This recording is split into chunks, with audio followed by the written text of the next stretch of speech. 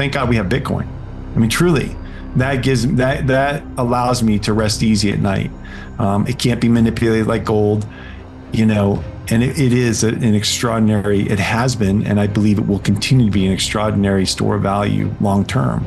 And so that allows me to rest easy, no matter what they do. So either candidate wins, I think Bitcoin's going to benefit either way. One of Lavish's primary arguments centers around Bitcoin's finite supply. With a cap of 21 million Bitcoins that will ever exist, Lavish highlights that this limitation presents a stark contrast to fiat currencies, which can be printed at will. According to Lavish, this scarcity is what makes Bitcoin an ideal candidate for a global reserve asset. The finite nature of Bitcoin introduces a form of monetary discipline that fiat systems lack. Lavish predicts that by 2140, the last fraction of Bitcoin will be mined, giving it long-term staying power. Please take a little time to like this video, subscribe to the channel, and turn on post notifications for more videos like this. You can also check out our other videos on cryptocurrencies and the overall digital asset space and drop your comments and observations in the comments section below. Everything you do helps with the YouTube algorithm and immensely contributes to the channel's growth. Thanks and enjoy the video. Long-term solution, because it's an asset that can't be printed. It's got a finite supply. And so in the year, as you know, 2140, the last fraction of Bitcoin will be mined, minted, created. And so we know how many is going to be 21 million Bitcoin. That's the finite number. It's completely decentralized globally, and it's immutable. And so the reason that it would be a great reserve asset, and I think it's going to take time for central banks to come around to this. This is not going to happen next year. Trump talks about adding it to the balance sheet as a reserve asset. Maybe it will happen, maybe it won't. It will take legislation, a lot of fighting. It could take all 4 years if he's elected. But more likely is that down the road, there will be central banks, smaller central banks like El Salvador, doing what they're doing and adding it to their balance sheets. And so why is that good? It's because it can't be expanded. It would be like going back to the gold standard before Nixon took us off that.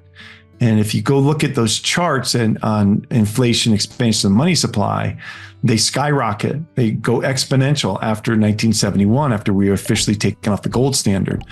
We would return back to a standard where you couldn't just print Bitcoin to make up that debt and to create inflation to manage it. And so it would be a good thing because it would keep inflation in check. And actually, ultimately, which is going back to the Jeff Booth conversation you had, which is what ultimately put it all together for me, was that you could allow for natural deflation from creation of technology and advancement of technology, especially in a world where in the next 5 to 10 years, we could see AGI, artificial general intelligence, which would arguably be smarter than certainly me. And so, all of us. And so that would be something that would be incredibly deflationary, where the productivity per citizen would go up so much that we'd be allowed to benefit from that deflation, where things would cost less. We don't have to pay as much. We don't have to work as hard to have all this wealth around us. It would allow for that. And so that's why I think it's ultimately the most, it's the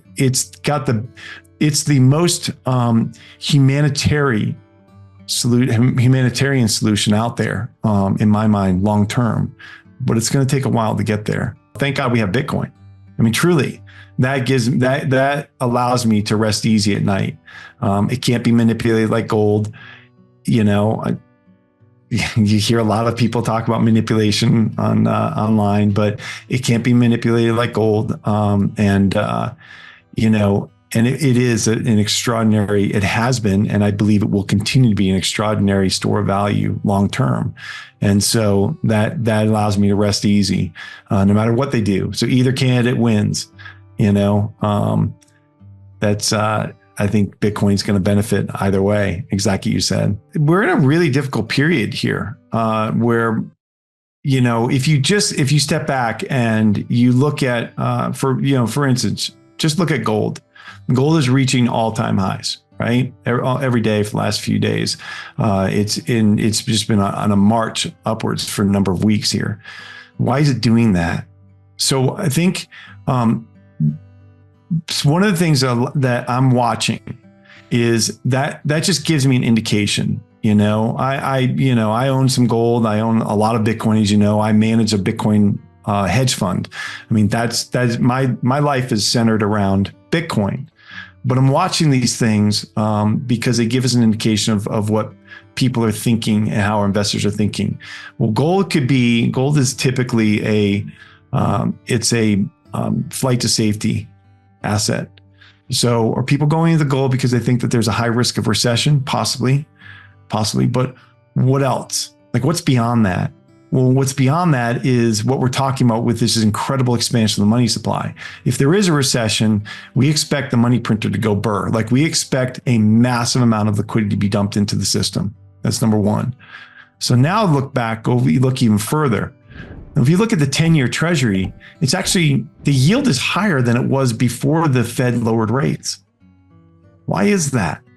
Is it that people overestimated? They're just covering, they're selling out their longs because they were doing this for a trade, and now they're getting out of some of their position. Possibly.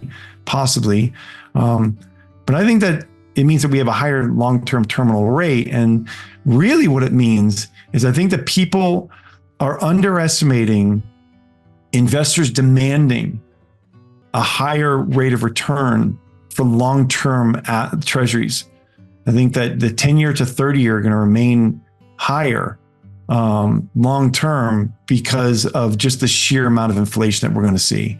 And so what I think is being underestimated is just the amount of inflation that we're going to see in the next 10 years to try to manage this debt load.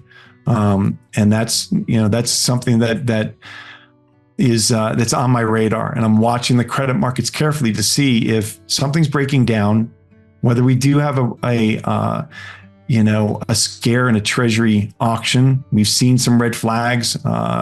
You've possibly seen me write about it before on Twitter and how to read these things, but we've seen some red flags.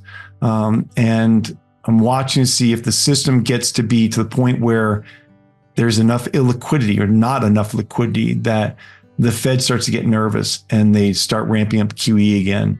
And then, we could easily slip back into like 1980s style resurgence of inflation. That's something I'm concerned about. Lavish explains is excessive government spending. The U.S. government is currently spending $6.9 trillion annually while generating only $4.9 trillion in tax revenue. This creates a massive budget deficit of over $2 trillion. Lavish argues that the issue is not about taxing the wealthy more, but rather about the government's reckless spending on unproductive programs. This fiscal irresponsibility will eventually lead to a loss of confidence in the U.S. dollar as the world's reserve currency. Lavish compares the U.S. government to a zombie company, a corporation that is unable to generate enough revenue to pay its debts. He explains that the government is not even generating enough tax revenue to cover the interest payments on its debt, let alone pay down the principal. This unsustainable situation is what Lavish refers to as the debt spiral, where the government is forced to borrow more and more, leading to higher interest payments and further borrowing. Eventually, this cycle will collapse under its own weight. 2 years ago in August, this actually launched my newsletter, The Informationist, and I talked about the debt problem, the debt spiral. At that time, we had $30.7 trillion of debt. Flash forward 2 years later, it's almost $5 trillion more than that, $4.7 trillion more in just 2 years. And so what is the problem? The problem is we spend too much. You can talk about taxes. You can talk about trillionaires, billionaires, millionaires paying their fair share. That's not the issue. The issue is that we spend too much money. And when you do that, and you have less productivity out of it, and you're wasteful. You're just wasting money and spending on, proxy wars or green energy that is not productive. It's just not, it doesn't give you the same unit of productivity back that you're spending for. Eventually, you just have to spend so much that you have so much debt that it just collapses on itself. That there's a tsunami of interest payments and debt that you have to take on, that you eventually even as the world reserve currency and asset, you eventually lose confidence from your investors globally, worldwide, because you're debasing your underlying currency so rapidly to keep up with that. And we can go into that because, what I like to do is kind of keep things simple. Yeah, well, the problem is we're literally in a debt spiral. So let's pull way back to 100,000 feet. If the US government was a company on the floor of the New York Stock Exchange, for instance, they would be considered a zombie company. Why is that? It's because they're not generating enough income to pay down their debt. They're not even generating enough income to pay the interest on their debt. So let's just kind of talk through it with numbers so people can understand.